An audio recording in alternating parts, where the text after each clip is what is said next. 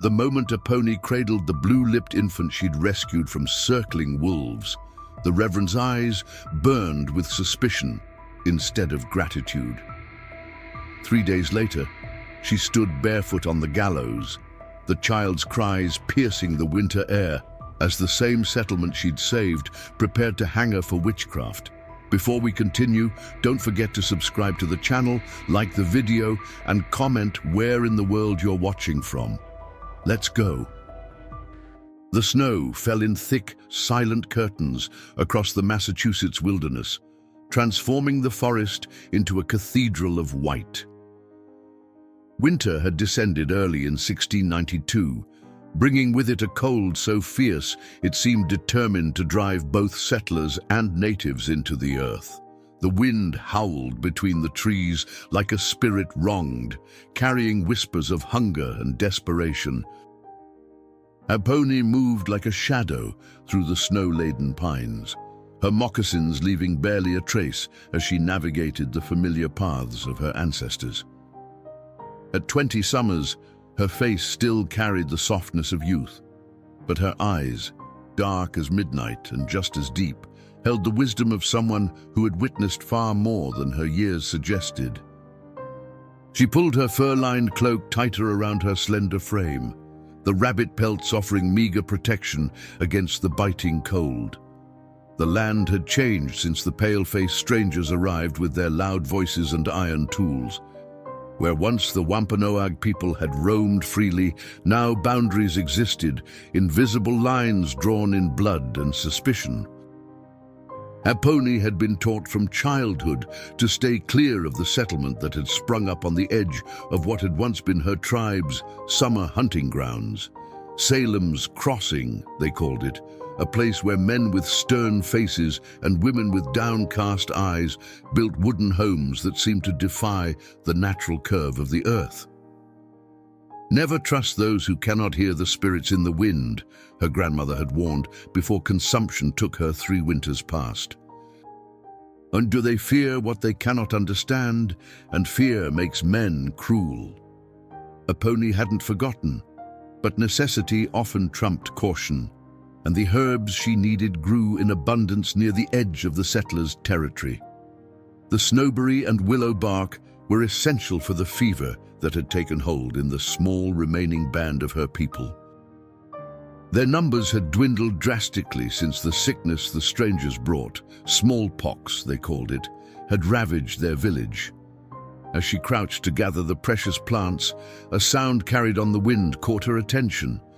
It was faint at first, barely distinguishable from the moaning of the trees, but Aponi's ears, trained to detect the softest footfall of deer or the distant warning call of birds, recognized it immediately, a baby's cry. She froze, her breath forming clouds in the frigid air. The sound came again, weaker this time, more desperate. Without conscious thought, Aponi rose and followed it, moving swiftly despite the deep snow. The crying led her toward the edge of the forest, dangerously close to the outskirts of Salem's Crossing. There, half buried in a snowdrift beneath a gnarled oak tree, lay a bundle wrapped in thin blankets. Tiny fists, red with cold, pushed feebly against the swaddling. The infant's face was pale as moonlight, lips tinged blue, eyes squeezed shut in distress. Aponi's heart lurched in her chest. Who would leave a newborn alone in such deadly cold? Then she saw them, wolf tracks circling the tree, coming closer with each pass.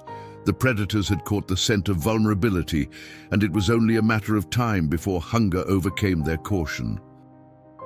Without hesitation, Aponi gathered the child into her arms. The baby was ice cold, life slipping away with each labored breath. Acting quickly, Aponi opened her cloak and pressed the infant against her chest, sharing her body warmth. From her medicine pouch, she took crushed berries mixed with bear fat, a warming salve her people had used for generations. Gently, she rubbed it on the baby's chest, feet, and hands. "A fight, little one," she whispered in her native tongue. "The Great Spirit has not finished weaving your story. The infant girl, for it was a girl, Aponi could now see, whimpered softly, then fell silent, drawing strength from the healer's warmth and care. In the distance, a wolf howled, answered by others of its pack. They were circling closer. Aponi knew she faced an impossible choice. To return the child to her people meant crossing the invisible boundary, risking her own safety. The settlers had made their distrust of the Wampanoag clear, especially after the uprising led by King Philip years before. Some of the more zealous among them viewed all natives as agents of Satan himself, yet to leave the child meant certain death, either from the cold or the wolves' jaws. "And I will not let fear rule me," Aponi decided, rising with the baby cradled against her chest. "Your people may hate mine, little one, but today you will live." As she stepped from the shelter of the forest toward the smoke rising from Salem's crossing, Aponi felt a chill that had nothing to do with the winter air. The sensation of being watched prickled at the back of her neck. Turning slowly, she caught a glimpse of yellow eyes observing her from between the trees, a large wolf, its grey coat almost invisible against the snow. Their gazes locked for a moment that seemed to stretch into eternity. Then, as if acknowledging her claim on the child, the wolf turned and melted back into the forest depths. Aponi took a deep breath and continued forward, knowing that while she had won the respect of the wolves, the creatures awaiting her in the settlement might prove far less reasonable. The baby stirred against her chest, her breathing stronger now. A tiny flame of life protected from the howling wind. Salem's crossing loomed ahead, wooden houses stark against the white landscape. Smoke curled from stone chimneys, promising warmth within. But Aponi knew better than most that appearances could be deceiving. Within those walls lived people who feared what they did not understand, and there was much about Aponi's world they refused to comprehend. "Be brave, little one," she whispered to the child. "We both enter the den of wolves now." The outskirts of Salem's crossing were quiet save for the occasional crack of ice-laden branches surrendering to the weight of snow. Smoke rose from chimneys in perfect grey columns against the white sky, and for a moment Aponi almost found beauty in the ordered rows of wooden houses.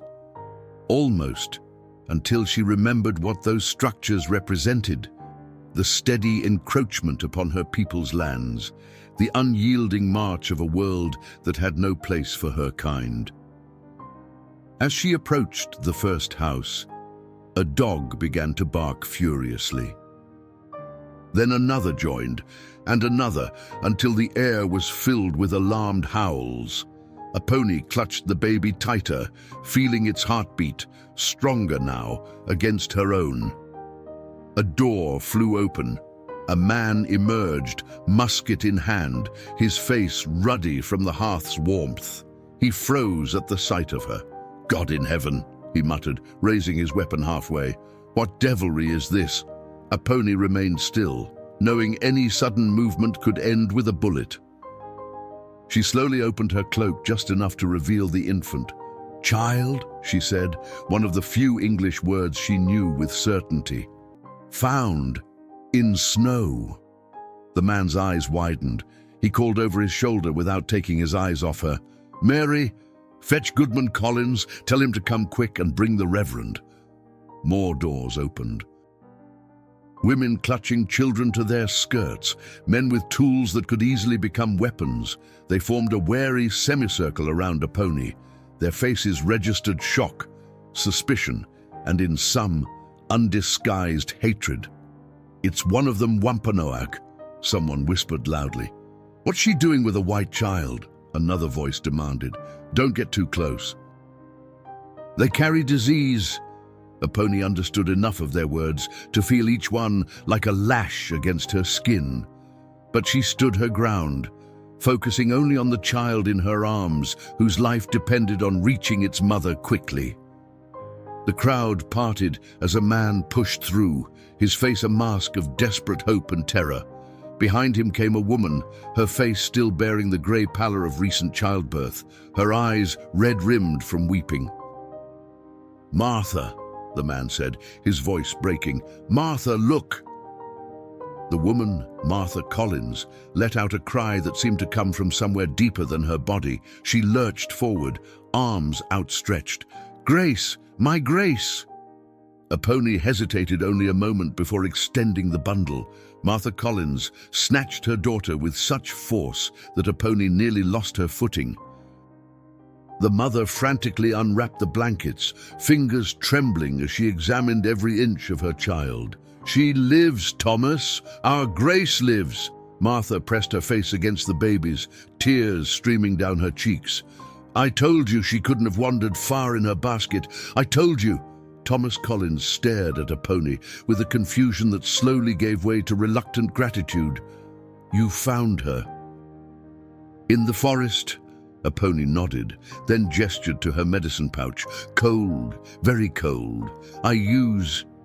She struggled for the words, then simply touched her own chest, then the baby's. "Warm now." Martha clutched her baby tighter, but met Aponi's eyes. "Thank you," she whispered. "God must have sent you." Before Aponi could respond, the crowd parted once more. A tall figure dressed in black from head to toe approached with measured steps. His face was lean, almost skeletal, with deep-set eyes that seemed to burn with an inner fire. The wide-brimmed hat and white collar marked him clearly as the settlement's minister. "Reverend Blackwood," Thomas Collins said, bowing his head slightly. "This Indian woman found Grace in the forest. She brought her back to us." Reverend Thaddeus Blackwood studied Aponi with a gaze that seemed to peel away layers of skin to examine what lay beneath. When he spoke, his voice was smooth as oil but cold as the winter air. "Indeed, how providential." He circled Aponi slowly. "And what, pray tell, was a heathen woman doing so close to our Christian settlement on this holy Sabbath day?" Aponi recognized the threat in his tone, if not all his words. She gestured to her medicine pouch. "Herbs. For sick. Herbs." Blackwood repeated the word as if it tasted foul on his tongue. "And you just happened upon the child, left alone in the wilderness?" Aponi nodded, then pointed to the ground and made a walking motion with her fingers. "Wolves coming!" A murmur rippled through the crowd. Martha Collins gasped, clutching baby Grace even tighter. "Wolves, you say?"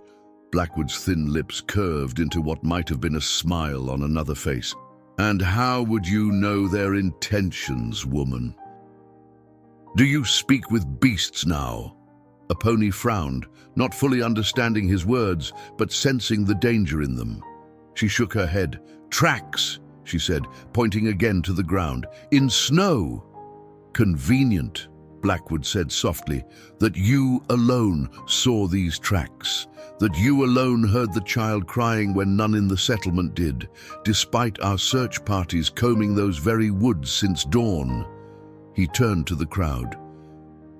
"And does it not strike any of you as strange that this woman appeared with the child just as hope was fading, that she claims to have saved it from wolves that none of us saw?" Thomas Collins stepped forward, uncertainty written across his features. "With respect, Reverend, my daughter lives because of this woman's actions. Whatever brought her to Grace, we must be thankful for God's mercy." Blackwood's eyes never left Aponi. "God's mercy, yes. Or perhaps..." His voice dropped lower, meant for Thomas alone but audible to those closest. "Perhaps something altogether different. The devil works in mysterious ways, Goodman Collins, even through acts that appear merciful." Martha, still cradling her now sleeping child, looked up sharply. "Reverend, surely you don't suggest..." "I suggest nothing," Blackwood interrupted smoothly. "I merely counsel caution." The savage tribes have been known to practice arts forbidden to God-fearing Christians. He addressed the crowd again. The woman may go, but I advise none to follow her example by wandering alone in the forest. These are dangerous times, and the wilderness harbors many threats, both seen and unseen. Aponi understood enough to know she was being dismissed, and that lingering would only invite more scrutiny. She bowed her head slightly to Martha Collins, cast one last glance at the baby whose life she had saved, then turned to leave. "Wait," Martha called, stepping forward despite her husband's restraining hand. She saved Grace. We must offer something in return." Thomas hesitated, then reached into his pocket and withdrew a small silver coin. He extended it toward Aponi. "For your trouble," he said gruffly. Aponi looked at the coin, but made no move to take it. Instead, she smiled faintly at Martha and the sleeping infant. "No trouble," she said simply. "Child safe, enough." Then she turned and walked back toward the forest, feeling Reverend Blackwood's burning gaze following her every step, like the yellow eyes of the wolf in the woods, only far more dangerous. Aponi's trek back to her people's winter camp took longer than her journey to Salem's Crossing. The snowfall had intensified, and with each step, she felt a growing weight upon her shoulders that had nothing to do with the herbs in her medicine pouch. The image of Reverend Blackwood's calculating gaze burned in her mind like an ember that refused to die. When she finally pushed aside the hide covering the entrance to her small wigwam, exhaustion threatened to bring her to her knees. But before she could sink onto her sleeping mat, a familiar voice called her name. "You crossed the boundary." Kame, her father's brother and the band's current leader, stood at the entrance. His face, weathered by 60 winters, showed neither anger nor surprise, only a deep weariness. Word travels fast, even in snow. Aponi nodded, too tired to deny what she knew the scouts had already reported. "A child would have died, and one of our own might die now because you delayed bringing back the medicine." Keme's words were not cruel, merely factual. Nahimana's fever grows worse. Guilt washed over Aponi. In her focus on saving the settler's child, she had indeed taken longer to return with the herbs needed for the elderly woman who had been like a second mother to her. "I couldn't leave the baby to the wolves," she said softly, retrieving the precious herbs from her pouch and beginning to prepare them. "Would you have had me do otherwise?" Kime was silent for a long moment, watching as her skilled hands crushed dried leaves and bark into a fine powder. "No," he finally admitted. "But I would have you remember that the settlers would not show the same mercy to one of ours." "Some might," Aponi said, thinking of Martha Collins' grateful eyes. The mother was thankful. Gratitude fades quickly when fear takes root, and their black-robed spiritual leader, he looked at you as a wolf looks at an injured deer. Keem's voice dropped lower. "They are burning women in Salem town, Aponi. Women accused of communing with dark spirits. They call it witchcraft." Aponi's hands stilled briefly before resuming their work. "I've heard the stories." "Then hear my warning as well. Stay away from their settlement. Whatever thanks they offered today will be forgotten tomorrow. Such is the way of the pale faces." With that, he left her to complete her medicine. Aponi worked quickly, pushing aside her fatigue.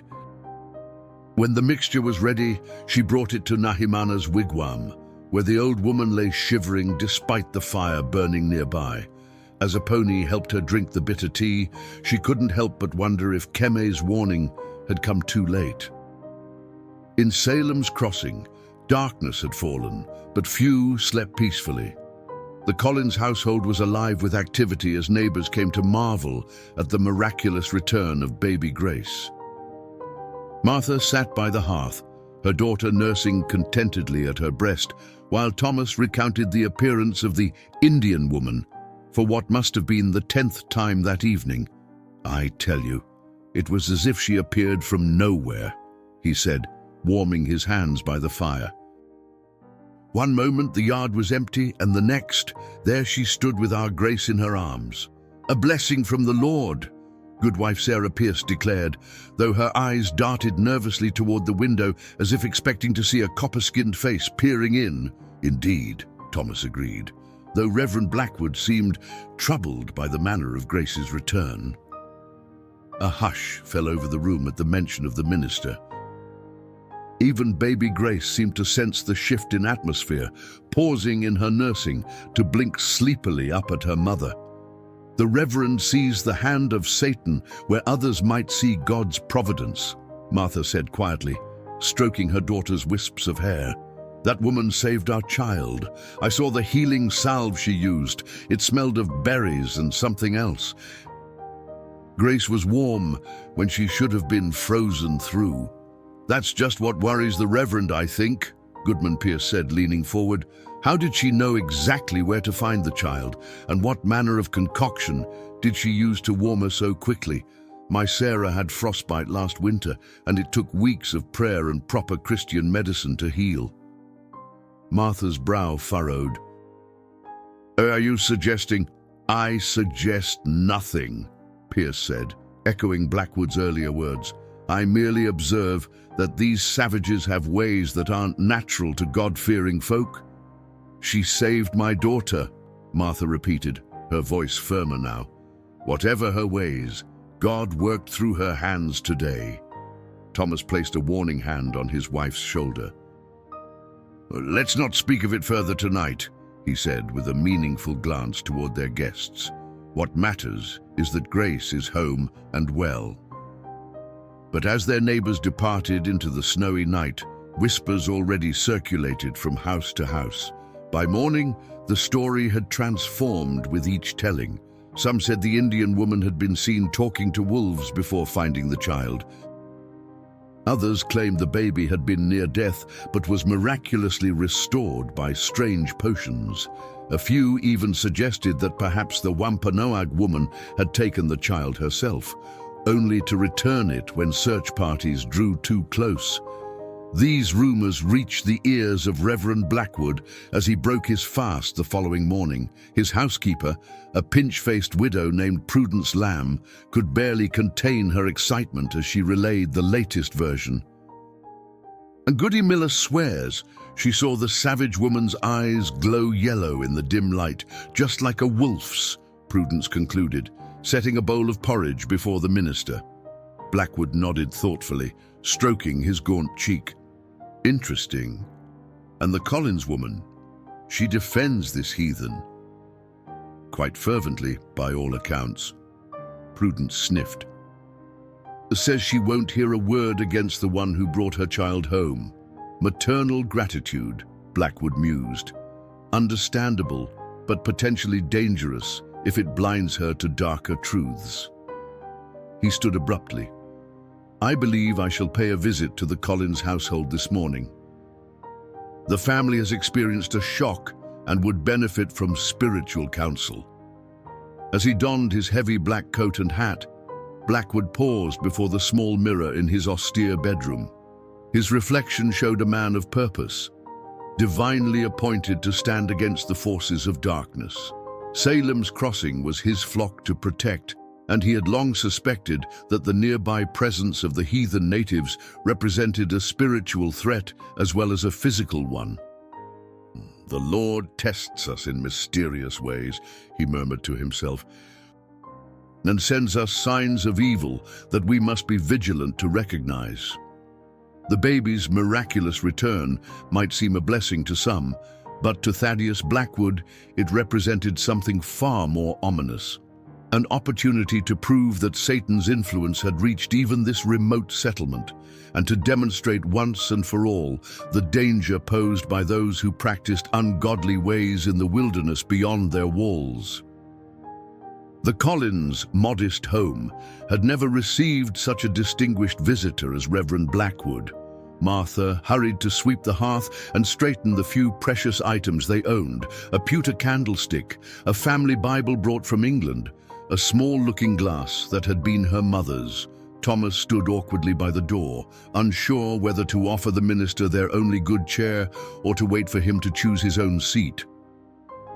When Blackwood entered, the small space seemed to shrink further, as if his tall, black-clad figure absorbed the very air around him. He removed his hat with elegant fingers, revealing hair as dark as a raven's wing, despite his 40-some years. "Brother and Sister Collins," he intoned, his voice carrying the practiced resonance of countless sermons. "Bid I come to offer spiritual comfort after your ordeal." "Most kind of you, Reverend," Thomas said, finally gesturing to the chair near the fire. "We are blessed by your concern." Martha merely nodded, her arms full with Grace, who was awake and unusually quiet, her eyes blue as cornflowers, fixed on the visitor with an intensity that seemed impossible for a child so young. Blackwood sat, spreading his black coat around him like wings. "The Lord giveth, and the Lord taketh away," he began, "and sometimes, by his mercy, what was taken is restored." His gaze settled on the baby. "May I?" Martha hesitated only a moment, before placing Grace in the minister's outstretched arms. Blackwood studied the infant with narrowed eyes, turning her this way and that as if inspecting her for flaws. Grace remained silent, watching him with the same unnerving focus. "She seems remarkably well," he said finally. "No trace of her exposure to the elements. Quite remarkable indeed." "A miracle," Martha said, unable to keep the defensive edge from her voice. "God preserved her."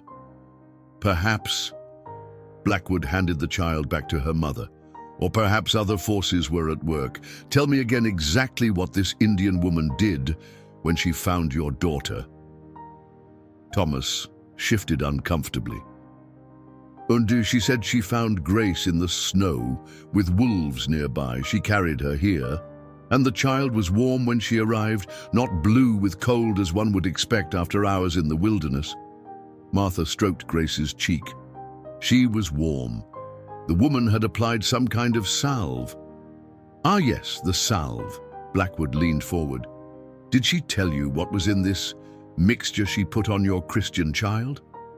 No, Martha admitted. "But whatever it was, it saved Grace's life." "Did it?" Blackwood's voice dropped to a near whisper. "Or did it mark her in ways we cannot yet see?" He reached into his coat and withdrew a small, worn book. "I have been studying the accounts from Salem town, where they have had similar experiences." Thomas stepped closer. "Similar? How so?" "Inexplicable events, miraculous healings, strange behaviors in previously godly women and children." Blackwood opened the book to a marked page. "In many cases, the trouble began after contact with natives known to practice their heathen rituals in the forests." Martha clutched Grace tighter. "My daughter is not bewitched, Reverend. She's a normal, healthy baby." "Of course," Blackwood said soothingly. "I pray that is so, but we must be vigilant. The devil is cunning, and his agents often appear as benefactors." He closed the book decisively. "I would like to take a sample of this salve, if any remains, for study, to ensure its Christian nature." Thomas and Martha exchanged glances. "There is none left," Thomas said. "The woman took everything with her." Blackwood's expression hardened momentarily before smoothing into pastoral concern. "I see. Then we must watch young Grace carefully for any unusual signs, and should the Indian woman approach your home again, you must inform me immediately." After the minister departed, a heavy silence fell over the Collins household. It was finally broken when Grace began to fuss, her tiny face reddening as she worked up to a proper cry. "I don't like the way he looked at her," Martha said, rocking the baby gently. or as if he was disappointed to find no horns growing from her head. Thomas ran a hand through his thinning hair. He's concerned for her soul, Martha, as should we be. What if the savage did something to her, used some pagan ritual? She saved our daughter, Martha snapped, her patience finally breaking. While you and the other men were searching in the wrong direction, that savage woman found our Grace and brought her back to us alive. Thomas looked as if she had struck him. I searched everywhere, he said, his voice cracking. I would have found her eventually. Eventually would have been too late. Martha softened her tone, seeing the pain in her husband's eyes. And Thomas, I know the Reverend means well, but I cannot believe God would condemn the woman who saved our child, no matter what color her skin or what words she prays with. Thomas sighed heavily. I pray you're right, wife, for all our sakes. Outside, the snow had stopped falling, but the wind picked up, whistling through the cracks in the wooden walls. In the distance, a wolf howled, a long, mournful sound that made both parents glance nervously toward the window. And in her cradle, baby Grace turned her head toward the sound, a small smile playing at the corners of her tiny mouth. The child recovers well, Nahimana asked, her fever finally broken after 3 days of Aponi's careful tending. Aponi, grinding more herbs by the fire, looked up in surprise. The settler's baby, I don't know. I have not returned to their village. The old woman's eyes, rheumy but still sharp, studied her face. You think of her, though. I see it in your eyes when you look toward their smoke. Aponi couldn't deny it. Something about the tiny girl had touched her heart, perhaps because she had been the one to find her, to feel her life force strengthening beneath her hands. Among her people, such a bond was sacred. I wonder if they care for her properly, Aponi admitted. The mother seemed to love her greatly, but the others... She trailed off, remembering the cold eyes of the minister, the suspicious glances of the townspeople. They fear what they do not understand, Nahimana said, echoing Keme's earlier warning, and they understand very little. Their spiritual leader looked at me as if I were... Aponi searched for the right word. Manitou, Nahimana supplied, a spirit, or a witch, as they would say. The old woman sighed. Their fear of the unseen makes them dangerous. Aponi, more dangerous than wolves or winter. Aponi nodded, but her heart remained troubled. A strange foreboding had settled over her since her return from Salem's crossing, a feeling that something set in motion that day was still unfolding, like a stone dropped into still water, its ripples spreading ever outward. I should check the snares, she said, rising abruptly. We need fresh meat for your strength. Outside, the winter sun hung low in the afternoon sky, casting long blue shadows across the snow. Aponi pulled her fur hood close around her face and headed toward the forest edge where the rabbit snares were set. She was halfway there when she spotted a figure watching her from behind a stand of birch trees, a figure that did not belong to her tribe. The figure stepped out from behind the trees, and Aponi's breath caught in her throat. It was Martha Collins, the settler woman, her face flushed from exertion and cold. She wore a heavy woolen cloak with a hood pulled up against the wind, but wisps of pale blonde hair escaped around her face. In her arms, bundled in layers of blankets, was baby Grace. Aponi glanced quickly back toward her tribe's encampment, now hidden behind a rise in the land. No one must have seen Martha approach, or there would already be warriors confronting her. This was dangerous for both of them. You should not be here, Aponi said, keeping her distance. Not safe. Martha took a hesitant step forward. Her boots, clearly not made for trudging through deep snow, sank to her ankles. I had to find you, she said, her voice quavering slightly. "I followed your tracks from where you brought Grace back." Aponi frowned. "Alone, with child." She gestured to the forest around them. "Wolves, cold, not safe," she repeated. "Oh, I know." Martha shifted Grace in her arms, revealing the baby's peaceful face. "But I had to thank you properly. And—" She hesitated, biting her lower lip. "I'm worried about her." Aponi's frown deepened. She approached slowly, studying the infant's face. Grace's eyes were open, clear and alert, her cheeks pink with health. "She looks strong." "She is," Martha agreed. "Too strong, perhaps. The fever she had before she was taken, it's completely gone, and she hardly cries anymore, even when she's hungry." Her voice dropped to a whisper. "And last night, when the wolves howled," she smiled. "Aponi." She turned toward the sound and smiled. Aponi's expression remained neutral, though her heart quickened at the use of her name. She hadn't told the settlers what she was called. Someone must have known of her. "A baby's smile," she said with a small shrug. "Wind in belly dreams." "It wasn't wind," Martha insisted, and Reverend Blackwood came. He examined her as if looking for a witch's mark. Her eyes filled with tears. He asked about the salve you used, said it might have been some pagan ritual that changed her somehow. Now Aponi understood. The mother feared for her child, not from illness, but from the accusations of her own people. She had seen this before. The settlers' fear of spirits and magic often led them to harm their own. "The salve is bear fat," she explained carefully, searching for the right English words. "Berries, bark of white willow, to warm blood. Nothing more." Martha's shoulders sagged with visible relief. "I knew it couldn't be anything evil. Not when it saved her life." She shifted Grace again, who made a small cooing sound. Would you look at her, just to be certain she's well?" Aponi hesitated.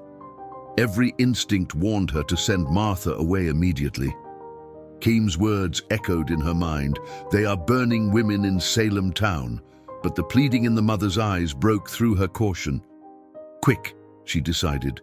"Then you go, back to village." Martha nodded gratefully. Aponi led her to a fallen log, brushed free of snow, where Martha could sit while Aponi examined the baby. With gentle hands, Aponi unwrapped the layers of blankets and ran her fingers lightly over Grace's tiny limbs, checking for any sign of frostbite or injury. She felt the baby's forehead, her chest, listened to her breathing. "Strong," Aponi pronounced finally, rewrapping the child. "The healthy." She hesitated, then added, "Special." Martha's eyes widened. "Special? How?" Aponi struggled to explain something she felt rather than knew.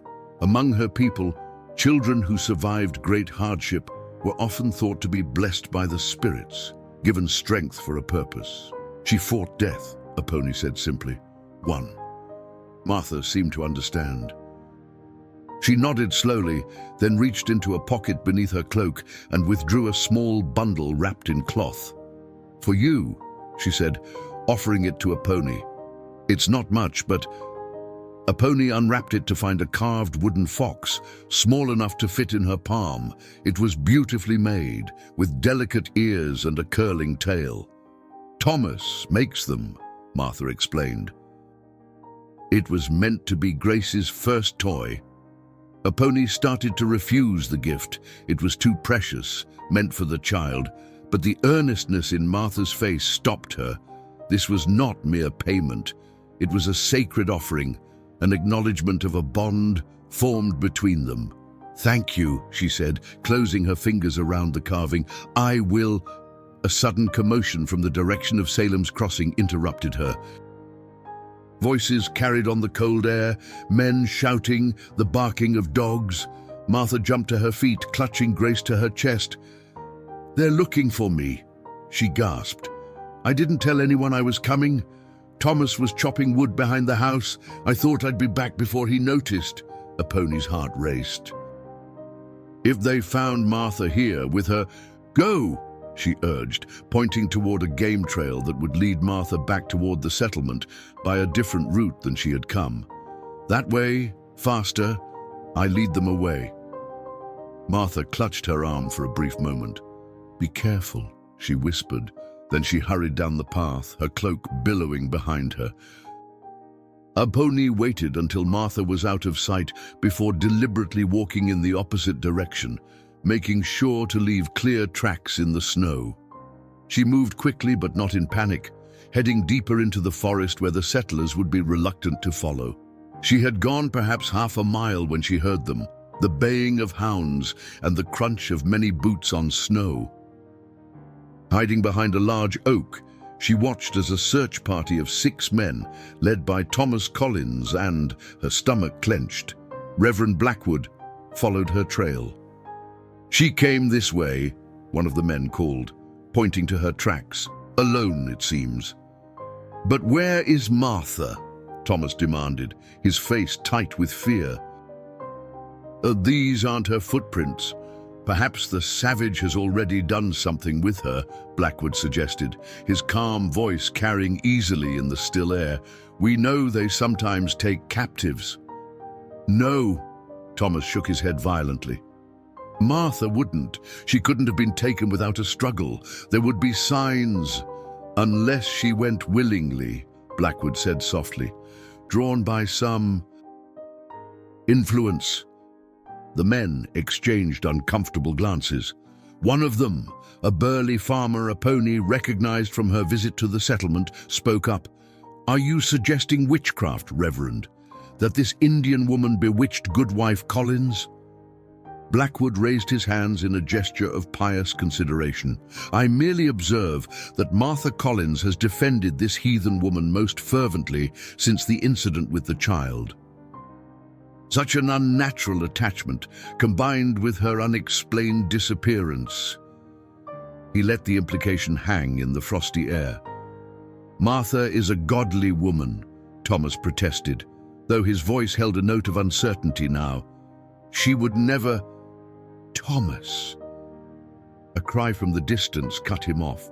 All heads turned to see Martha hurrying toward them through the trees, Grace still bundled in her arms. "Thomas, what are you doing out here?" Relief washed over Thomas's face. He rushed to his wife, embracing her and the baby fiercely. "Where have you been? I've been out of my mind with worry." Martha's eyes darted toward where Aponi hid, though she couldn't possibly see her. I needed air. Grace was fussy, and I thought a walk might settle her." "This far from the settlement, alone," Blackwood's skeptical voice cut through the reunion. "That seems imprudent, Martha Collins." Martha straightened her spine, meeting the minister's gaze directly. "The Lord watches over his children everywhere, Reverend, even in the forest." "Indeed," Blackwood said, his eyes narrowing. "And what path did you take on this walk of yours? Your tracks seem to have vanished entirely." Before Martha could answer, a howl echoed through the forest, followed by another and another. The wolves were calling to each other, their voices forming an eerie chorus that made the search party bunch closer together. And in Martha's arms, baby Grace turned her head toward the sound and made a soft, gurgling laugh. Blackwood's eyes gleamed with a terrible satisfaction.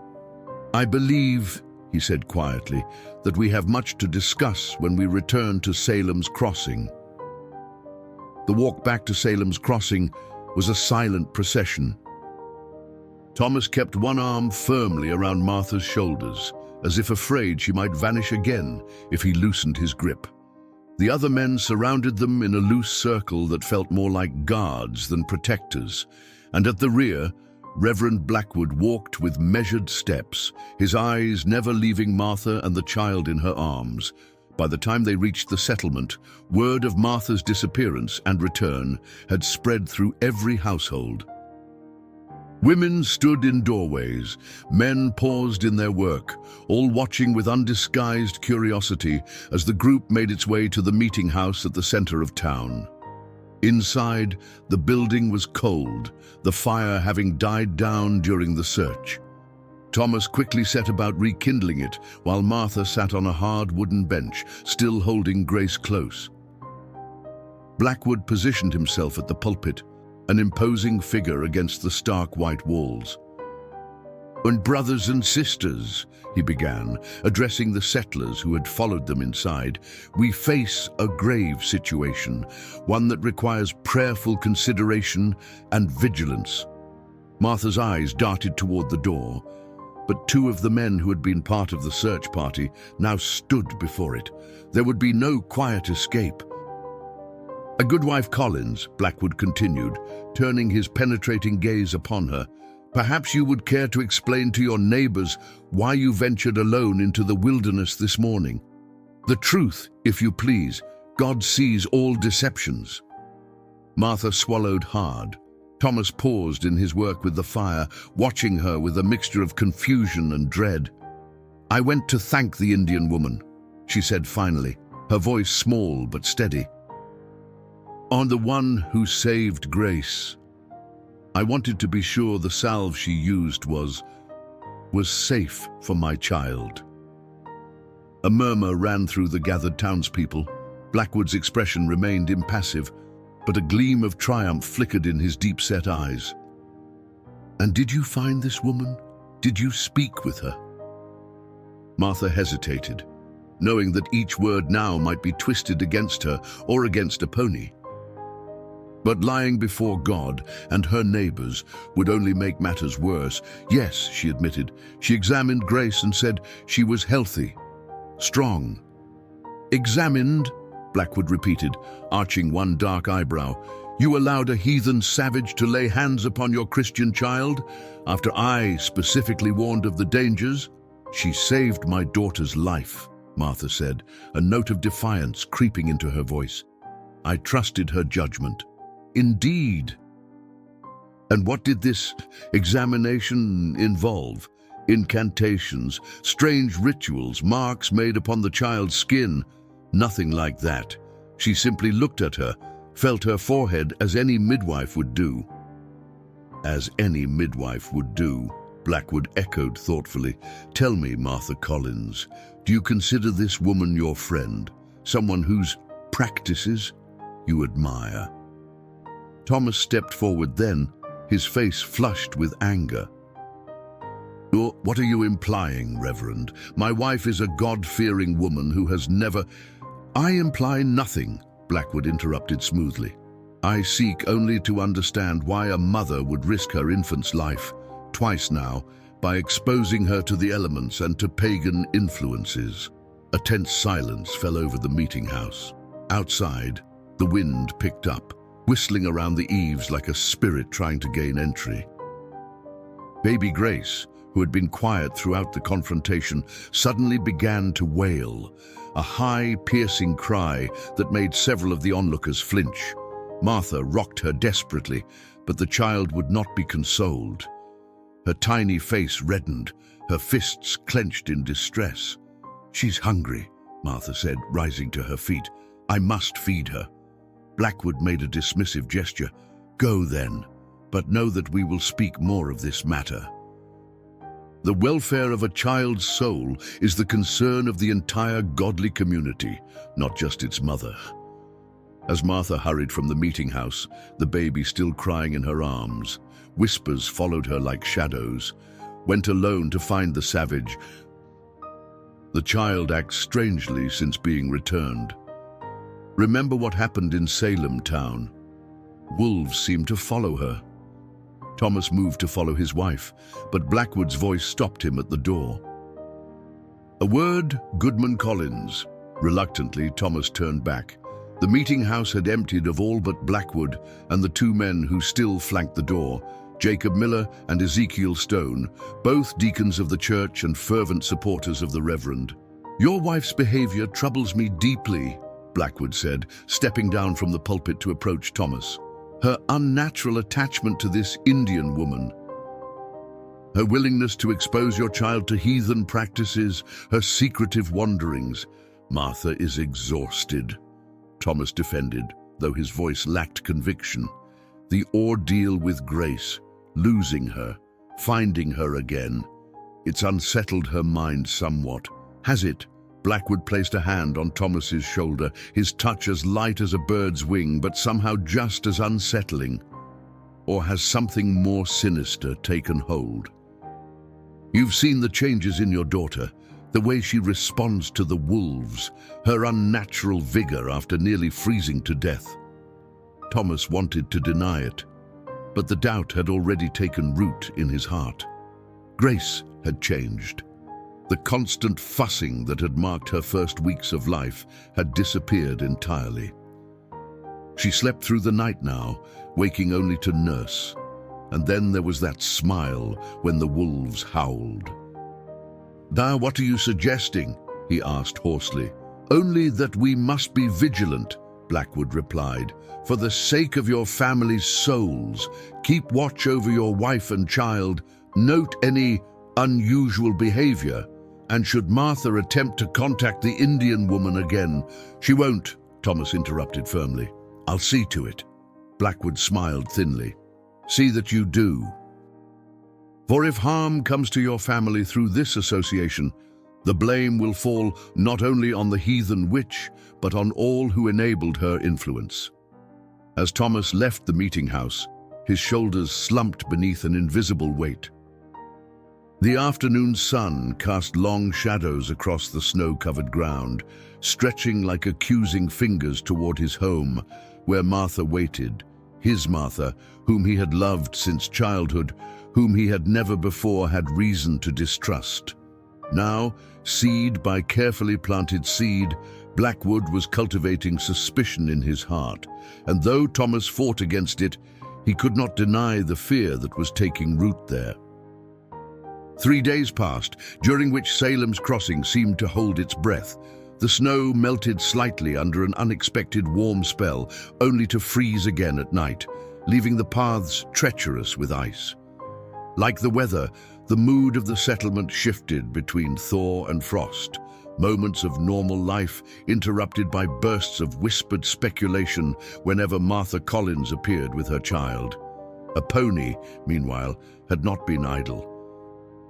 Though Keme had forbidden her to approach the settlement again, she had convinced one of the younger men, Askueto, he keeps watch, to observe from a distance and report what he saw. They had been childhood friends, and he was one of the few who shared her belief that understanding the settlers was preferable to fearing them. "They have posted guards," Askueto told her on the evening of the 3rd day, having returned from his scouting mission. "2 men with muskets at the edge of the forest. They watch our lands with suspicious eyes." Aponi's heart sank. "And the woman, Martha, the baby. The mother stays inside their dwelling. I saw her only once, hanging cloth to dry. The man, her husband, watches her always." Askueto hesitated. "There is something else. The black-robed one, their spiritual leader. He has been gathering the people each night in their sacred house. They stay until the moon is high, and when they emerge, their faces are dark with fear." Nahimana, who had been listening silently from her place by the fire, spoke up. "He prepares them, builds their fear like a hunter builds a fire, adding twig by twig until it blazes." "For what purpose?" Aponi asked, though she feared she already knew the answer. "To burn what they fear," the old woman replied simply. "Or who?" Askueto nodded grimly. "There is talk in the settlement. A trader who sometimes deals with our northern cousins heard it. They speak of witchcraft trials in Salem town, of women hanged for communing with spirits." Aponi clutched the wooden fox that Martha had given her, which she now wore on a leather cord around her neck. "I must warn her," she said quietly. The black robe seeks a victim, and she has defended me. Impossible. Kim's voice came from the entrance of the wigwam. He had been listening. You will not approach the settlement again, Aponi. I forbid it. But they may harm her, harm the child because of me, Aponi protested. Kim's face remained impassive, but his eyes softened slightly. Your compassion honors you, niece. But you cannot save those who will not save themselves. The settlers have chosen their path, one of fear and suspicion. We must not be drawn into their madness. So we do nothing. Aponi could not keep the frustration from her voice. Let an innocent woman and her child suffer. We survive, Kim corrected sternly, as we have always done, by staying apart from their conflicts. Later that night, as the camp slept, Aponi lay awake, the wooden fox clutched in her hand. She could not forget the trust in Martha's eyes when she had asked her to examine Grace, nor could she ignore the growing certainty that Blackwood's interest in the child went beyond religious concern. There was history there. History Aponi had heard whispered among the elders. Years ago, when Blackwood had first arrived in the territory, he had led an expedition to convert the coastal tribes. The mission had ended in bloodshed when Blackwood claimed the natives had attacked without provocation. Few believed his version, but the settlers, ever fearful of the savages, had embraced his leadership and protection. Since then, Blackwood had systematically turned his congregation against any cooperation with the native peoples. Traders who dealt with the tribes were denounced from his pulpit. Children were forbidden from learning the indigenous languages, and stories of Indian witchcraft became a staple of his fiery sermons. Now he had found a new target, one that could cement his power over Salem's Crossing forever. Dawn was breaking when Aponi made her decision. Slipping from her sleeping mat, she gathered a few essential items: her medicine pouch, a knife, a small water skin. The wooden fox she left hanging around her neck, a talisman of the promise she had made in her heart to protect those who could not protect themselves. In Salem's Crossing, Martha Collins stood at her window, watching as the first light of day painted the sky in shades of pink and gold. Grace slept peacefully in her cradle, one tiny hand curled beside her face. She had not cried once during the night, a blessing for which Martha should have been grateful. Instead, each hour of silent slumber only added to her growing dread. Thomas had changed since their return from the forest. He spoke little, watched her constantly, and insisted on being present whenever she nursed or changed the baby. Last night, she had caught him examining Grace's skin as she slept, his fingers gently probing, as if searching for some mark or sign. "What are you doing?" she'd asked. He had straightened quickly, guilt flashing across his face. "Nothing, just making sure she's well." But Martha knew what he was looking for. Blackwood's words had poisoned his mind, just as they were poisoning the entire settlement. Even Sarah Pierce, who had been her friend since childhood, had crossed to the other side of the path rather than greet her yesterday. A knock at the door startled her from her thoughts. Thomas, who had been stoking the morning fire, moved quickly to answer it. Martha's stomach clenched when she saw who stood on their threshold: Constable Jedediah Harris, accompanied by Reverend Blackwood and two of the church deacons. "And Goodman Collins," the constable said, his face grave beneath his wide-brimmed hat. "We've come on official business." Thomas stood straighter, blocking the doorway with his body. "What business?" "Step aside, Thomas." Blackwood's voice carried the weight of authority. "We must speak with your wife." Martha felt her knees weaken. She gripped the edge of the table to steady herself as Thomas, after a moment's hesitation, moved aside to allow the men entry. Blackwood's eyes found hers immediately, cold and triumphant. "Martha Collins," he intoned formally.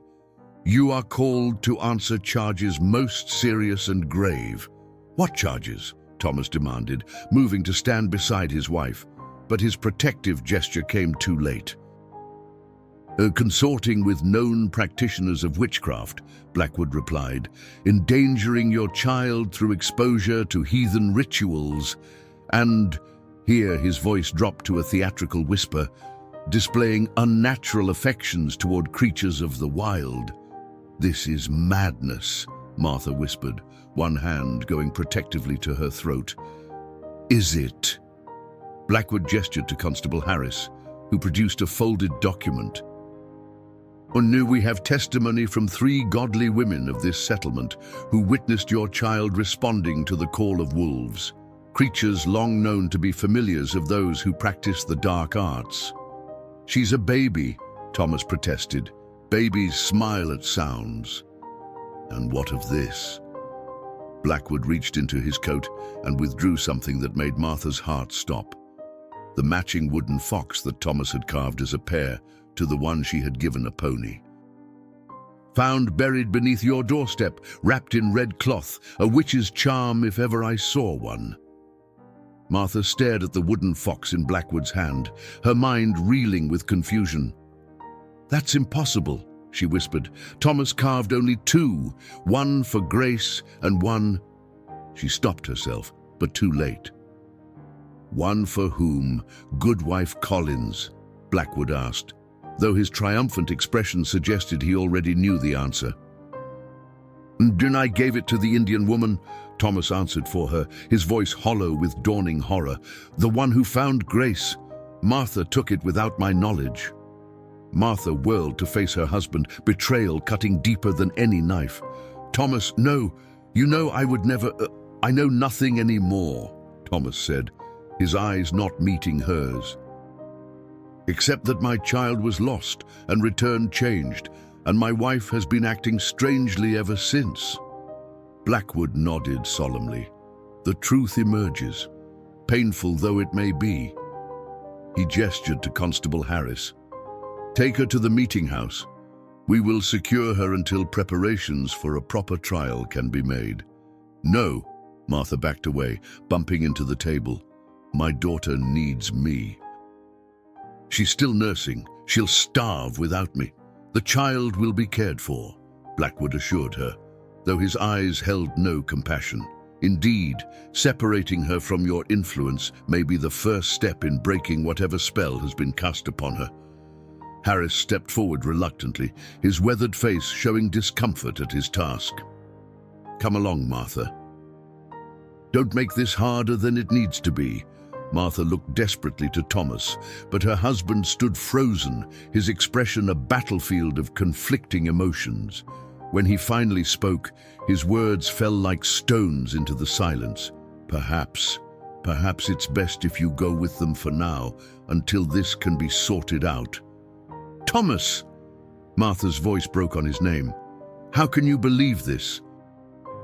After 20 years together, how can you doubt me?" Before he could answer, baby Grace began to cry, a sound so unexpected after days of eerie silence that everyone turned toward the cradle. Martha moved instinctively to comfort her child, but Harris caught her arm. "Let the father tend to her," Blackwood commanded. "Your time with the infant is done for now." As Martha was led from her home, her protests fading into sobs, Thomas lifted his daughter from her cradle. Grace's cries grew louder, more frantic, her tiny face reddening with distress. "She knows," Blackwood said quietly, watching as Thomas tried unsuccessfully to soothe the child. Even one so young can sense when justice is being done. Outside, a small crowd had gathered, drawn by the commotion. They watched in silence as Martha Collins, her head bowed and wrists now bound with rough rope, was escorted toward the meeting house. Some made the sign of the cross as she passed. Others turned away, whether from shame or fear. It was impossible to tell. At the edge of the gathering, a hooded figure observed everything with keen, dark eyes, her heart pounding with fury and desperation. Aponi had arrived at the settlement just in time to witness Martha's arrest, but too late to prevent it. She had managed to slip past the guards by using a deer trail that emerged behind the smithy, and now she blended with the onlookers, her face shadowed by the hood of a cloak she had taken from a washing line. She followed at a distance as Martha was led to the meeting house. 2 armed men were positioned outside its doors once Martha was taken inside. Through a small window, Aponi could see that the building had been prepared. A small cage-like structure had been constructed in one corner, with barely enough room for a person to sit, let alone lie down. This was worse than she had feared. In her tribe's travels, she had heard whispers of the witch trials, of women imprisoned for weeks in such conditions before facing their accusers, their bodies and spirits broken long before any sentence was pronounced.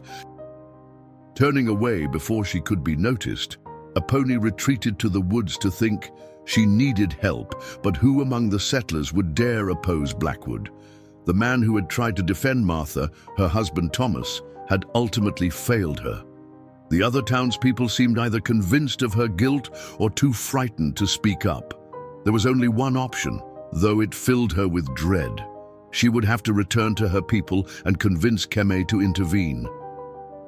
It would mean revealing her disobedience, perhaps even facing banishment from the tribe.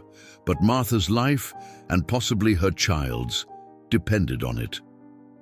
As dusk fell, Aponi made her way back toward her tribe's camp, moving swiftly through the darkening forest.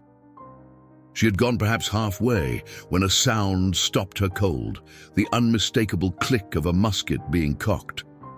"Stand where you are, savage," came a rough voice from behind a thick pine. "Hands where I can see them." Slowly, Aponi raised her hands, her medicine pouch still clutched in one of them. A man emerged from the shadows, Jacob Miller, one of the deacons who had stood with Blackwood at Martha's arrest. "I knew if we watched the forest long enough, you'd show yourself," he said, his musket trained on her chest. "The Reverend said you couldn't stay away, that your kind always returns to check on their spellwork." Aponi said nothing, her mind racing. Miller was alone, which meant he had likely slipped away from his guard post without authorization. If she could delay him, perhaps confuse him. "The woman," she said carefully, "Martha, she is innocent." Miller's eyes narrowed. "So you admit knowing her?" "Conspiring with her. I save her child," Aponi replied, deliberately using broken English. "No magic, no spell." "Save her." Miller laughed harshly. "You cursed her. That babe hasn't been right since you touched her. And now Martha Collins, a woman I've known since she was a girl, defends a heathen and abandons her God-fearing ways." He gestured with the musket. "Start walking. Back to the settlement." "Reverend Blackwood will want to question you personally." Aponi took a step forward, then another, her movements deliberately slow. As she passed Miller, she stumbled slightly, causing him to instinctively reach out to steady her. The momentary distraction she needed. In one fluid motion, she knocked the musket aside with her left hand, while her right tossed the contents of her medicine pouch into his face. Miller howled, clawing at his eyes as the mixture of crushed herbs and dried peppers temporarily blinded him. Aponi didn't wait to see more. She ran, darting between trees, using every skill she had learned as a hunter to move silently and swiftly through the forest. But Miller's cries had been heard. Behind her came shouts, the crashing of multiple pursuers through the underbrush. They had been waiting for her, not just Miller, but others, positioned throughout the forest edge. Aponi changed direction, heading not toward her tribe's camp, but deeper into the wilderness. If she could reach the caves near the western ridge, she might be able to hide until the search was abandoned. An explosion shattered the night, the boom of a musket firing, followed by the whine of a ball passing too close to her head. Aponi dropped to the ground instinctively, rolling behind a fallen log. "We have her cornered," someone shouted. "This way." Torches appeared in the darkness, flickering between the trees like malevolent spirits. Aponi pressed herself against the damp earth, willing herself to become invisible, but she knew it was futile. There were too many of them, and they were too determined. A different sound reached her ears then, a long, mournful howl from somewhere deeper in the forest. It was answered by another, closer this time. Wolves. The pack was nearby. The men heard it too. Their advance faltered. "Wolves," one of them whispered fearfully. "She's calling them to her aid." "Nonsense," another replied, though his voice trembled. "They're just animals. Animals that do her bidding," a third insisted. "The Reverend Blackwood warned us. The savage can speak to beasts, control them with her mind." Aponi nearly laughed at the absurdity of it. She couldn't command wolves any more than she could command the wind. But the settlers' fear might buy her precious time. Another howl, closer still. The torches wavered. "I'm not staying here to be torn apart," one of the men decided. "We know where she is. Let's return with more men in the daylight." Blackwood said not to return without her. "Then you stay, Samuel. I'm for home." The argument continued as some of the torches began to retreat. Aponi remained motionless, scarcely daring to breathe. If they left, if she could just make it back to her people. A new sound cut through the night, the sharp report of another musket, followed by a cry of triumph. "Got her!" "Over here!" Aponi's heart sank. They hadn't been retreating, they'd been circling around to flank her position. As rough hands seized her arms, dragging her to her feet, she caught a glimpse of the shooter's face in the torchlight. Thomas Collins, his expression a twisted mask of grief and rage. "This is the witch who stole my wife's soul," he said, his voice breaking. "This is the creature who cursed my child." Aponi stared at him, seeing not anger but desperation in his eyes, the look of a man who needed someone to blame for the collapse of his world. "Your wife loves you," she said softly. "Loves your child. No curse, no magic." Thomas recoiled as if struck. "Don't speak of them. Don't you dare speak of my family with your heathen tongue." Someone bound Aponi's wrists with coarse rope that bit into her skin. Another tore the wooden fox from around her neck, holding it up like evidence of some terrible crime. "The twin to the charm we found beneath the Collins door," Miller announced, his eyes still red and streaming from Aponi's defensive mixture. "Proof of the connection between this savage and Martha Collins." "Bring her," Thomas commanded, his voice hollow. "Blackwood will know what to do with her." As they marched her through the darkness towards Salem's Crossing, Aponi felt a strange calm settle over her. She had failed to help Martha, failed to return to her people for aid. But perhaps, in failing, she had succeeded in one thing, drawing the settlers' wrath to herself and away from Martha and her child. If that was to be her final act in this life, she would face it with the dignity of her ancestors. And dawn broke over Salem's Crossing, with a bitter chill that seeped through the walls of the meeting house where Martha Collins spent the night huddled in the makeshift cage. Her limbs were stiff, her eyes swollen from weeping, her breasts painfully full with milk her child could not drink. When the door opened, admitting a sliver of grey morning light, she raised her head wearily. Goodwife Pierce entered, carrying a bowl of thin gruel and a cup of water. She set them down just within Martha's reach, careful not to look directly at her former friend. "Sarah," Martha whispered, her voice hoarse. "Please, how is Grace? Is she eating? Is she warm enough?" Sarah Pierce hesitated, her hand lingering on the wooden bowl. "The child is being cared for," she said finally. "Thomas has hired the Williams girl to wet nurse her." Relief and jealousy warred in Martha's heart. At least her baby would not starve. though the thought of another woman nursing Grace tore at her soul. "Sarah, you've known me all my life," Martha pleaded. "You know I'm no witch. I've done nothing but try to be a good mother, a good wife, a good neighbor." Sarah's eyes darted nervously toward the door. "What I know," she whispered, "is that strange things have happened since that Indian woman found your child. Things that can't be explained by God's natural law. She saved Grace's life. There's nothing unnatural in a mother's gratitude. Then why did you go to her in secret? Why did you give her a token? Why does your child smile when wolves howl?" Sarah shook her head. "I want to believe in your innocence, Martha, but the evidence—" Before Martha could respond, the door swung open again. Reverend Blackwood stood silhouetted against the morning light, his tall frame casting a long shadow across the wooden floor. "Leave us, Sarah," he commanded. "The accused must prepare her soul for what is to come." Sarah hurried out, head bowed. Blackwood approached Martha's cage with measured steps, his hands clasped behind his back. "You should eat," he said, nodding toward the untouched gruel.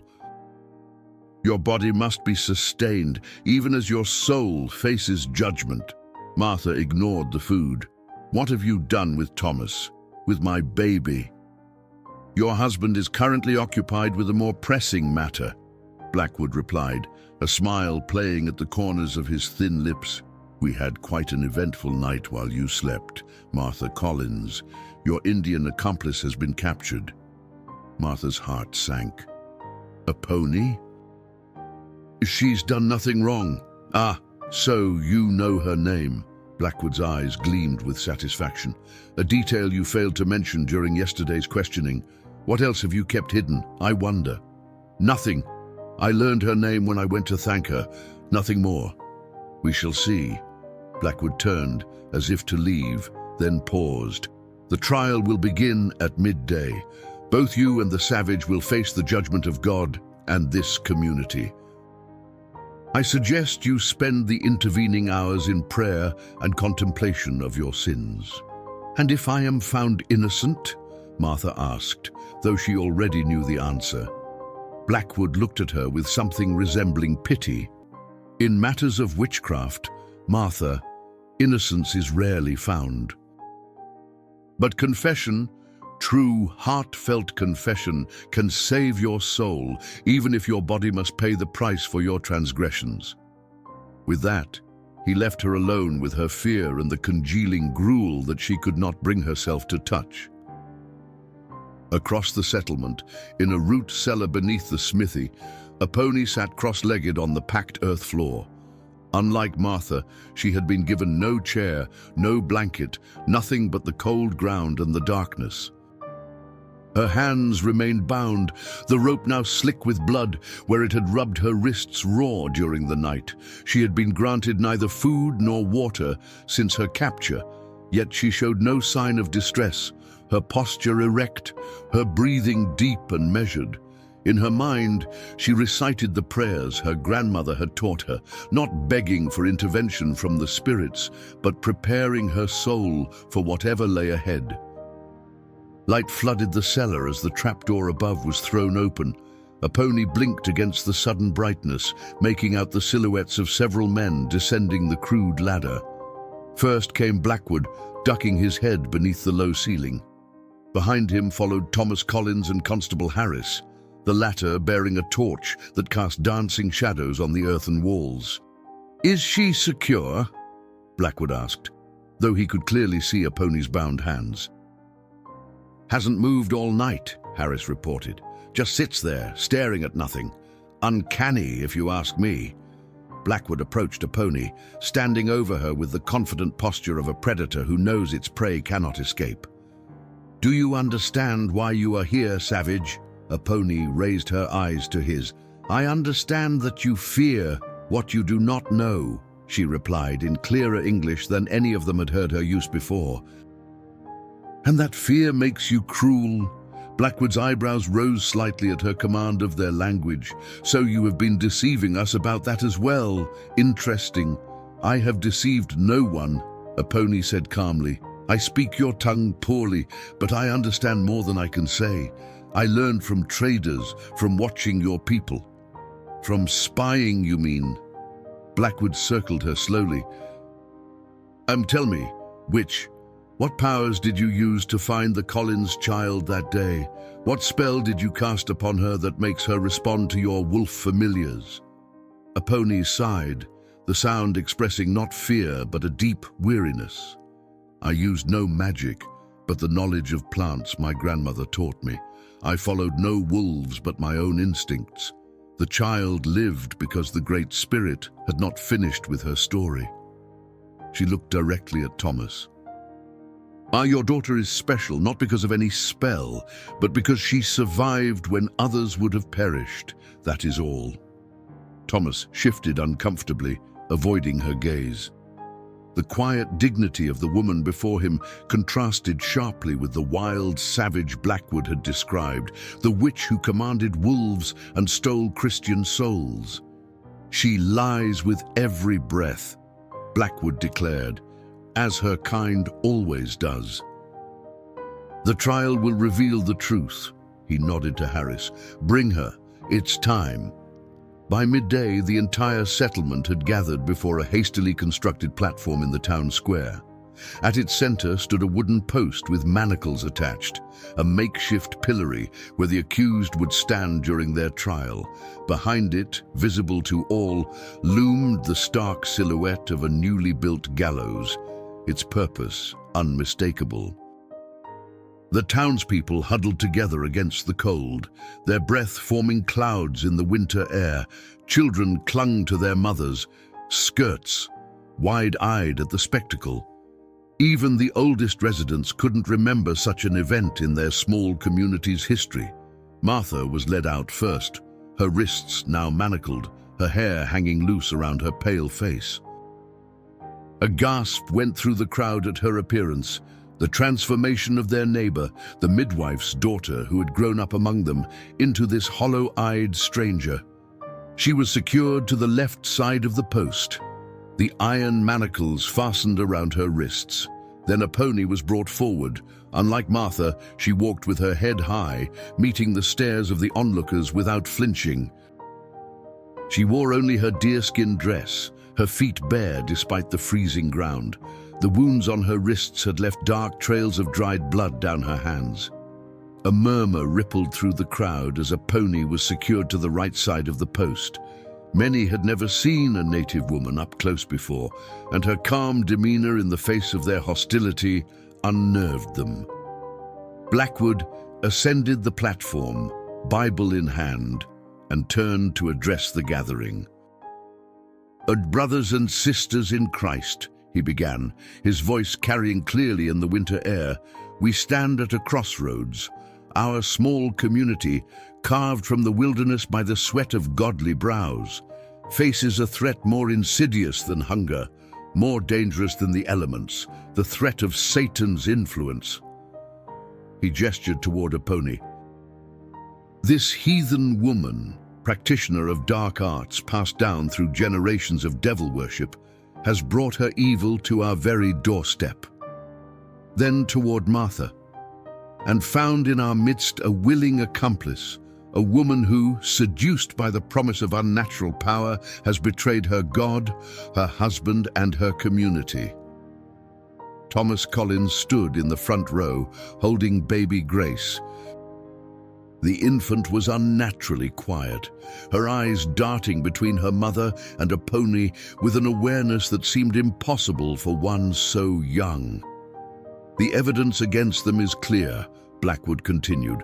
"The witch's tokens exchanged between them, the unnatural behavior of the child, the summoning of wolves, Satan's hunters, to do their bidding. The secret meetings in the forest, where who knows what dark rituals were performed." At this, Martha finally broke her silence. "There were no rituals, no dark magic. I went only to thank her for saving Grace's life." "Silence," Blackwood thundered. "You will speak when questioned, woman, and not before." He composed himself, then continued more calmly. "As is our way, the accused will be given opportunity to confess their sins." Confession cannot spare their earthly bodies from the consequences of their actions, but it may yet save their immortal souls. He approached Martha first. Martha Collins, do you confess to the practice of witchcraft, to consorting with this heathen woman in defiance of God's law, to subjecting your innocent child to pagan influences? Martha's lips trembled, but her voice was steady. Or do I confess only to gratitude toward the woman who saved my daughter's life? If that is a sin, then I am guilty. Blackwood's expression hardened. He turned to Aponi.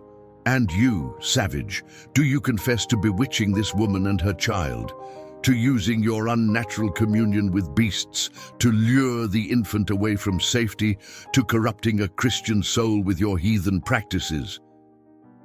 Aponi met his gaze without fear. And I confess to following the cry of a child in need, to using the knowledge of healing passed down by my grandmothers, to believing that compassion knows no boundaries of skin or language. She paused, then added softly, if those are crimes among your people, then your God is not the merciful spirit you claim him to be. A shocked murmur ran through the crowd at her boldness. Blackwood's face flushed with anger. Blasphemy, he cried. You see how the devil speaks through her, mocking our Lord even as she faces judgment. He turned to the assembled townspeople. What further proof do we need of the evil that stands before us?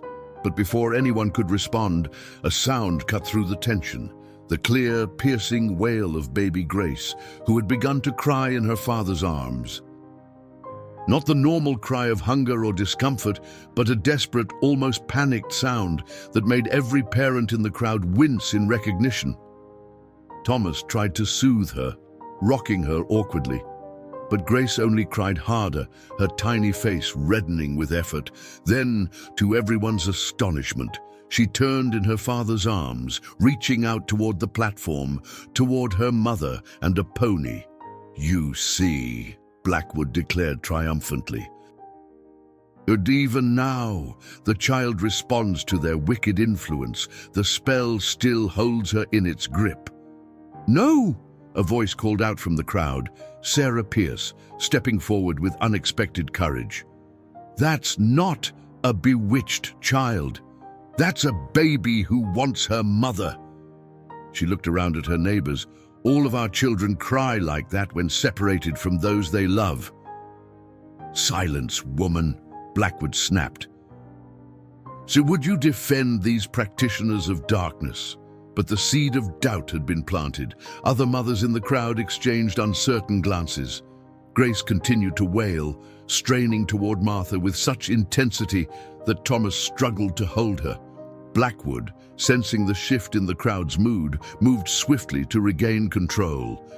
We have heard enough, he declared. The evidence speaks for itself.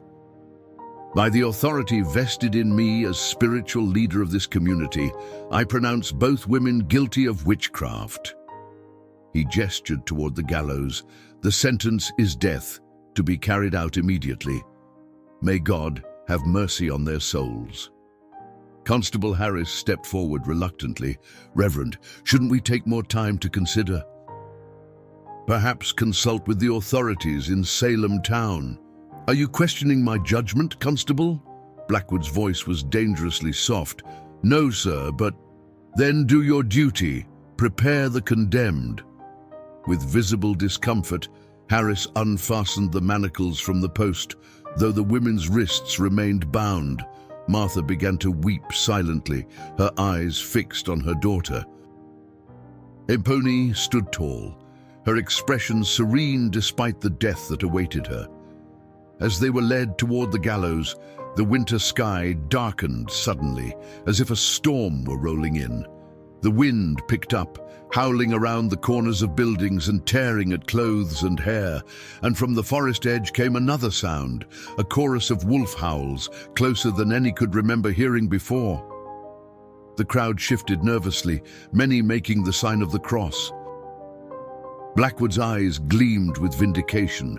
Hear how the minions of Satan cry out for their mistress, but their dark powers cannot save her now.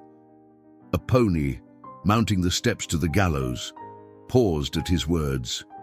She turned to face the crowd, her dark eyes finding Thomas Collins and his still wailing daughter. "Not minions," she said clearly. "Witnesses, the wolves come not to save me, but to remember. As should you all." The winter wind whipped her words away, carrying them to the forest where shadows moved between the trees, wolves gathering at the edge of human territory, drawn by some instinct older than memory. Aponi stood barefoot on the gallows, facing Reverend Thaddeus Blackwood and the hostile crowd. The noose hung ready beside her. Martha Collins stood nearby, trembling with fear and cold. And through the crowd, clutching her child to her breast, a single figure began to push forward, determined to speak the truth before it was too late.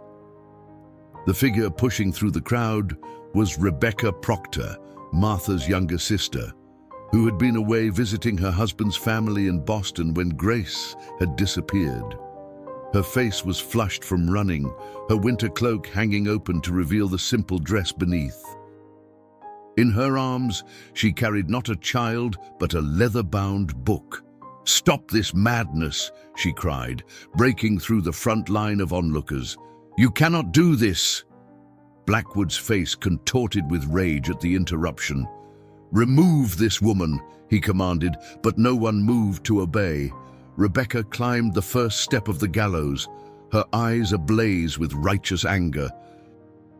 "And I have here," she declared, holding up the book, "the journal of Reverend Thaddeus Blackwood, which I found hidden beneath the floorboards of his study." A shock ran through the crowd. Blackwood lunged toward her, but Constable Harris, moving with surprising speed, stepped between them. "What is the meaning of this intrusion?" Blackwood demanded, his voice rising to a near shriek. "And I came to visit my sister and found the settlement in chaos," Rebecca explained, her voice carrying across the square. "When I heard the accusations against Martha, I knew something was wrong. My sister has never had an evil thought in her life." She faced the crowd directly. "So I searched for answers where others feared to look." "This woman is deranged with grief for her sister," Blackwood declared. "Whatever she claims to have found is clearly a fabrication. Is it?"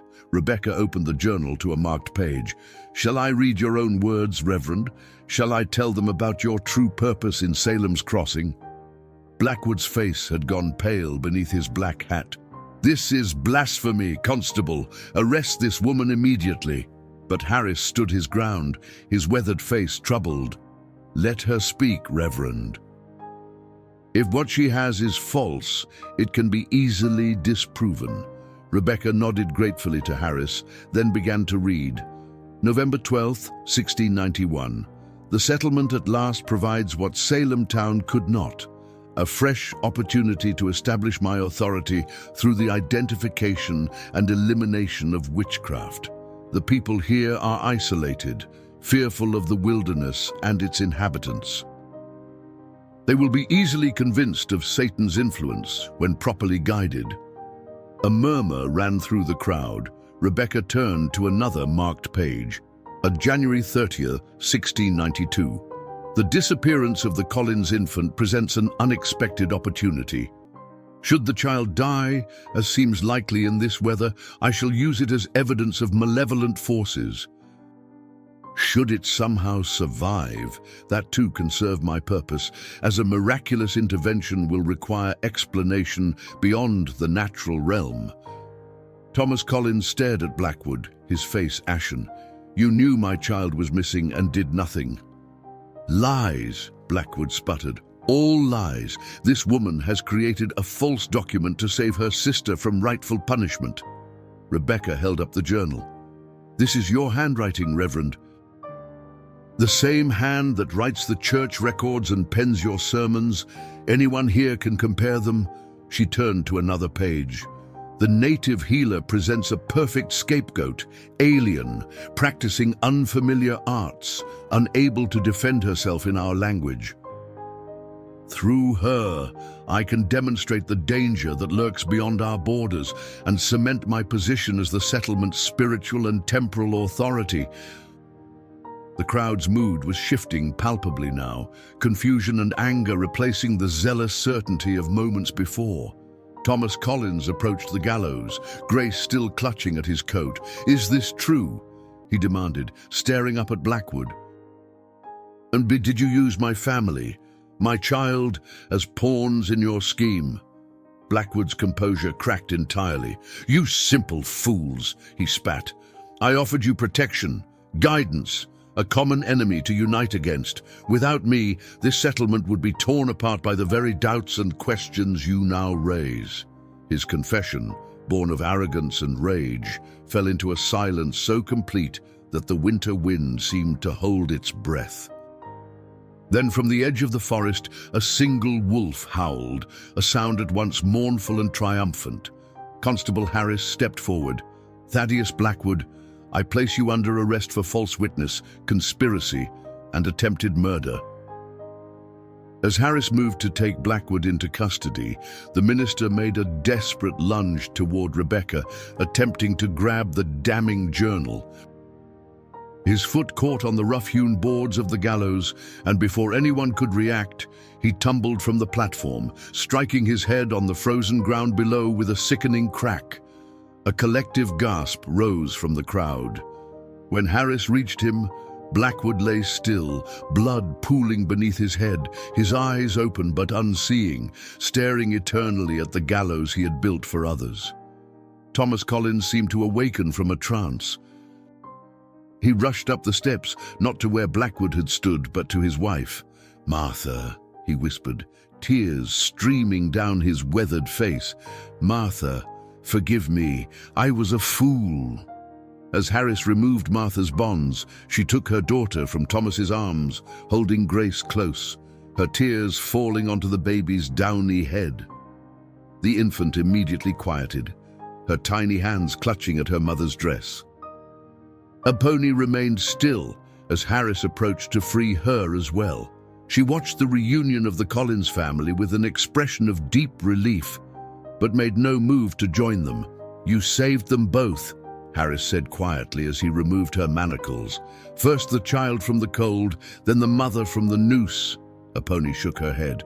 "Truth saved them," she replied. "I was merely its instrument." As Aponi descended the gallows steps, the crowd parted before her, not in fear now, but in a silence that spoke of shame and dawning respect. At the edge of the gathering, a familiar figure waited. Keme, accompanied by several warriors from their tribe. "Uncle," Aponi said, surprised. "How did you—" "Asqueto saw your capture," Keme explained. "We have been watching since dawn, waiting for the right moment to intervene." His stern expression softened slightly. "Though it seems you found allies among the settlers after all." Rebecca Proctor approached them cautiously, still clutching Blackwood's journal. "My sister told me what you did for her child," she said to Aponi. "Our family owes you a debt we can never repay." Aponi glanced toward Martha, who stood nearby with Grace in her arms and Thomas at her side. "There is no debt," she said simply. "Life protected life, as it should be." Martha stepped forward then, her face still tear-streaked but her eyes clear. "Will you stay?" she asked softly. "Just for a while." "Until Grace is stronger." Thomas nodded his agreement, though uncertainty still shadowed his features. "Our home is open to you if you wish it." Aponi looked to Kem, who considered the offer with grave attention. Finally, he inclined his head slightly. "Until the first thaw," he decided. Then Aponi returns to her people. As the crowd dispersed, some to prepare Blackwood's body for burial, others to spread word of the morning's events, Aponi found herself walking beside Martha toward the Collins home. Between them, the events of the past days hung like an invisible thread, binding their lives together in ways neither could have imagined. "I never believed you were a witch," Martha said suddenly. Doug, I want you to know that. Aponi smiled faintly. In my language, there is no word for witch. There are healers and helpers, guides and guardians, those who listen to the land and learn its secrets. She glanced at baby Grace, now sleeping peacefully in her mother's arms. Your daughter has a gift for such listening, that is all. Martha's eyes widened slightly. Oh, you mean the wolves, her response to them. She hears what others have forgotten how to hear, Aponi explained. The voice of the wild, the song of the world beyond human dwellings. It is a blessing, not a curse. As they reached the Collins home, a light snow began to fall, delicate flakes that caught in Aponi's dark hair like stars. From the forest came the faint sound of wolves moving away, their purpose fulfilled, their vigil ended. Spring arrived early that year, melting the snow from Salem's Crossing with unusual haste. The settlement had changed in ways both visible and invisible. A new minister had arrived from Boston, a younger man with less rigid views and a genuine interest in building a community of faith rather than fear. The meeting house no longer held a cage for accused witches, and the gallows had been dismantled, its wood repurposed for a bridge across the nearby stream. On the day of the first true thaw, as Kame had decreed, Aponi prepared to return to her people. She had spent the winter months in a small cabin the settlers had built for her at the edge of town, not quite part of the settlement, but no longer entirely separate from it either. During that time, she had taught Martha the properties of local plants, how to prepare remedies for common ailments, how to listen to the land's rhythms. In return, Martha had taught her to read English, a skill Aponi absorbed with remarkable speed. Thomas, still working to redeem himself in his wife's eyes, had carved a new set of wooden animals, not just foxes but wolves, bears and eagles, that now adorned the cabin's small shelf. Baby Grace, now 6 months old, had grown into a curious, bright-eyed infant whose laugh reminded the settlers of sunlight breaking through clouds. Her unusual connection to the natural world had not diminished. She still turned toward the wolves. Distant howls with a smile of recognition, still quieted when taken into the forest, as if listening to voices only she could hear. But what had once inspired fear now elicited wonder. On the morning of Aponi's departure, a small gathering assembled to bid her farewell. Martha stood with Grace in her arms, Thomas beside her. Rebecca Proctor, who had decided to stay in Salem's Crossing, joined them along with Constable Harris and several other townspeople who had come to respect the young healer during her stay. "You have taught us much," Harris said awkwardly, unused to making speeches. "About healing, about misjudging what we don't understand." Aponi nodded, accepting his words for the apology they represented. She turned to Martha, touching baby Grace's cheek gently. "She will walk between worlds," she said softly, "as do all children of new beginnings." Martha blinked back tears. "Will you visit when she's older?" "Our paths will cross again," Aponi promised. The story that began in snow does not end with spring's thaw. She shouldered her pack, now filled with gifts from the settlers alongside her own belongings, and turned toward the forest where Keme and several tribal members waited. As she walked away, Martha called after her, "Aponi, what does your name mean, in your language?" Aponi paused, looking back with a smile that transformed her solemn face. "It means butterfly," she replied. "One who transforms and brings change." Then she continued on her way, soon disappearing among the trees. But as the settlers returned to their homes, a sense of her presence remained. In the herbs now growing in Martha's garden, in the stories that would be told of that terrible winter, and in the changed heart of a community that had looked into the abyss of fear and chosen a different path.